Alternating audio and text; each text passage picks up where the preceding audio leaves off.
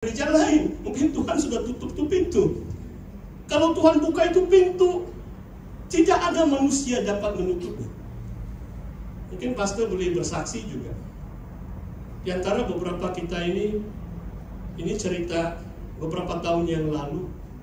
Karena saya rasa saya ada alergi terhadap vaksin, jadi saya pilih untuk tidak menerima vaksin. Tapi saya tidak mau ada orang salah faham. Saya bukan anti vaksin. Sebab anti vaksin pun salah. Sebab ada orang tidak mau terima vaksin, dia pikir itu 666. Saya pernah telepon seorang hamba Tuhan, saya bilang belum lagi itu 666. Itu vaksin bukan itu 666. Tapi kalau kamu ada alahan, kalau kamu ada alergi, badan kamu tidak dapat atau belum sedia apapun. Jadi saya tidak dapat itu, terpaksa rehat dari pelayanan, berhenti, itu tidak masalah. Waktu kerajaan Malaysia mengisytiharkan tamat itu pandemik, itu bulan April tahun 2022. Satu hari bulan Mei tahun 2022. Secara rasmi, maksudnya tidak payah vaksin, sudah vaksin, tidak vaksin pun bebas, sudah itu masuk gereja apa saja. Saudara, saya dengar suara Tuhan. Kalau saya tidak yakin itu suara Tuhan, mungkin dalam hidup saya sebagai hamba Tuhan, mungkin 4-5 kali. Ada juga beberapa kali saya tulis dalam kedua buku saya, Departure Points atau Anak Panah. Waktu menteri itu, kemudian Perdana Menteri juga, yang sekarang mantan sudah dia sedang disiasat lagi. Kamu lupa ini kita punya politik di Malaysia. Ada sejak hal kita doakanlah, tapi saya mau bukan cerita politik hari ini. Cuma saya bersyukurlah kan, pandemik sudah tamat. Dan saya dengar suara dalam hati, Tony, you will preach every month.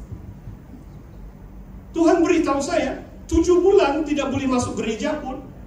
Langsung saya tidak berkhotbah sekalipun sebab larangan. Ada suara dalam hati, Tony, kamu akan berkhotbah setiap bulan. Tiada gereja pun peduli saya waktu itu. Tiba-tiba yang pertama undang saya itu bekas gereja saya Muhibah. Saya tidak tahu kenapa mereka begitu baik dengan saya. Yang 1 hari bulan Mac, saya baru 1 tahun gembala di sana. Bagaimana saya tidak layani mereka? 1 hari bulan Mac saya kurang sihat sebenarnya. Saya hanya mau pergi merayakan ulang tahun si penetua yang ke-80 itu. Tapi 2 penetua telepon saya. Itu pastor yang ada gelar Reverend pun telepon saya. Tidak sampai hati juga saya tolak. Walaupun suara saya sarut waktu itu, saya berkhotbah 20 menit di Muhibah. Jadi gereja Muhibah yang pertama bulan 5 saya khotbah hari ini. Dengar ini kesaksian saudara. Bulan Jun, Ahad yang terakhir, betul ke ini suara Tuhan mengatakan setiap bulan kan? Kalau bulan Jun saya tidak khotbah, itu bukan suara Tuhan, itu suara hati. Mungkin suara dari si jahat itu. Hati-hati ya. Kamu harus uji. Jangan kamu pikir, itu suara Tuhan. Mesti uji. Ahad yang terakhir bulan Jun, saya tidak begitu ingat putarik. Saya ada undangan mengajar intensif di sekolah Injil kita di Namaus, di Ranau, mulai hari Isnin. Jadi dalam hati saya mau singgah di SIB Pekan Tampeluri yang saya lewati mungkin 150 kali, 4 tahun saya di Ranau, turun naik Kota Kinabalu, tapi saya tidak pernah injak kaki saya di SIB Pekan Tampeluri. Saya bilang saya singgah dulu hari Minggu, berbakti dulu, baru saya naik ke Ranau, pergi Namaus, supaya saya ada masa rehat. Isnin pagi mulai sudah itu kursus intensif. Saudara tahu apa yang berlaku? Saya duduk di belakang lagi. Itu pengacara. Selamat datang pelawat. Mungkin jarang-jarang di bangsa Chinese yang masuk di gereja. Jadi mereka beri satu welcome yang sangat baiklah. Nanti pimpin pujian selepas dia pimpin 2 lagu. Selamat datang pelawat. 2 orang loh menyapa saya yang duduk di belakang. Tapi pasti itu mungkin dia sibuk sediakan khotbah dia tidak pandang belakang. Pasti ini sombong gak ini? Tidak mau tengok pun saya. Dalam hati saya, tidak apa, nanti pasti doakan kamu. Haleluya. Anak Brother On. Ya, saya sambung dulu cerita. Haleluya. Lagu kedua terakhir, sebelum lagu penyembahan, pasti itu dia menoleh belakang, dia nampak saya, dia berdiri, dia jalan ke belakang. Pastor Tony, saya mau kamu yang khotbah. Lagu kedua terakhir, ada lagi dia pasang dia punya hands free mic. Bagaimana jawaban saya? Saya ingat janji Tuhan setiap bulan kamu khotbah. Jadi saya bilang bolehlah.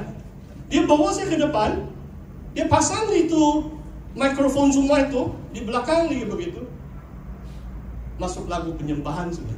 Apa yang saya mau khotbah 5 minit persiapan waktu itu. Tapi janji Tuhan itu luar biasa banget. Dan sesungguhnya sampai bulan 5 tahun berikutnya, genap 1 tahun. Bulan Julai saya khotbah di SIB Bandaraya pun mukjizat. Bendahari Agung sendiri yang mengundang saya khotbah di SIB Bandaraya. Saya tidak sangka tiba-tiba ada undangan karena janji Tuhan.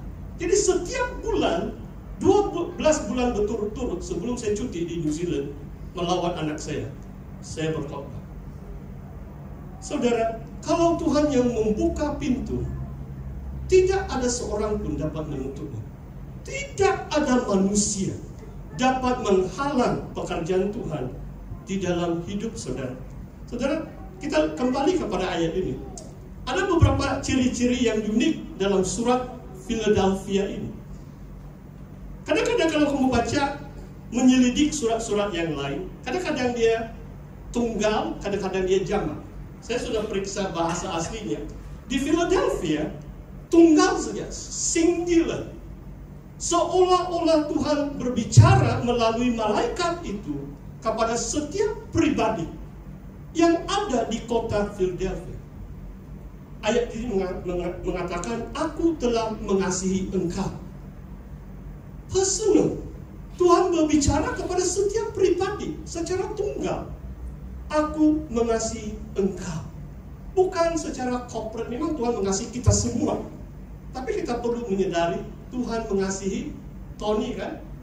Tuhan mengasihi Martinez. Tuhan mengasihi Neri, Brother On. Inilah Tuhan mengasihi Anda secara pribadi, secara tunggal. Seluruh surat ini satu orang Tuhan bicara. Luar biasa saudara. Mari kita lihat saudara. Aku tahu segala pekerjaanmu. Ayat yang ke-8. Pekerjaan kita untuk Tuhan saudara. Kalau satu hari hanya satu saja yang kita harus takut atau takut. Bila kita katakan takut kepada Tuhan. Sebab kenapa kita takut kepada Tuhan? Sebab ada hari pengadilan.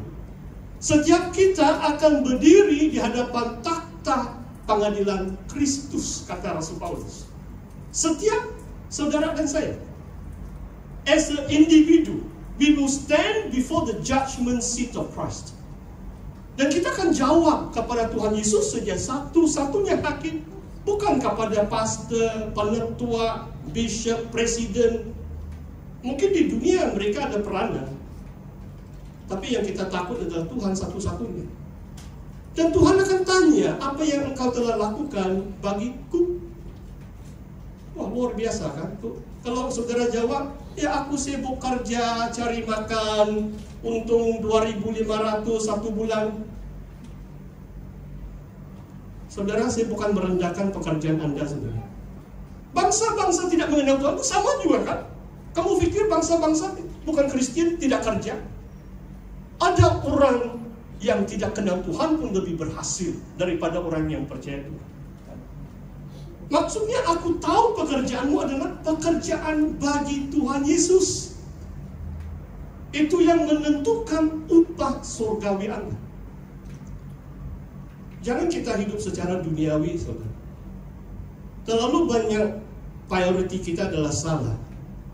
Sebab kita lebih mengutamakan hal-hal duniawi. Mencari nafkah. Mungkin karena dia mau mencari nafkah, ada peluang mengambil 100.000 itu. 10 tahun baru dia diinsafkan karena membaca buku. Dan saya berdoa dia betul-betul bertobat. Dia menyerahkan kembali 100.000 yang dia sudah ambil tidak tahu berapa tahun yang lalu. 7 kali dalam 5 surat. Hanya 2 surat saja yang tidak ada saranan untuk bertobat. 7 kali Tuhan Yesus mengatakan bertobatlah. Repent. Repent. Tinggalkanlah dosamu. Tinggalkan pelanggaranmu.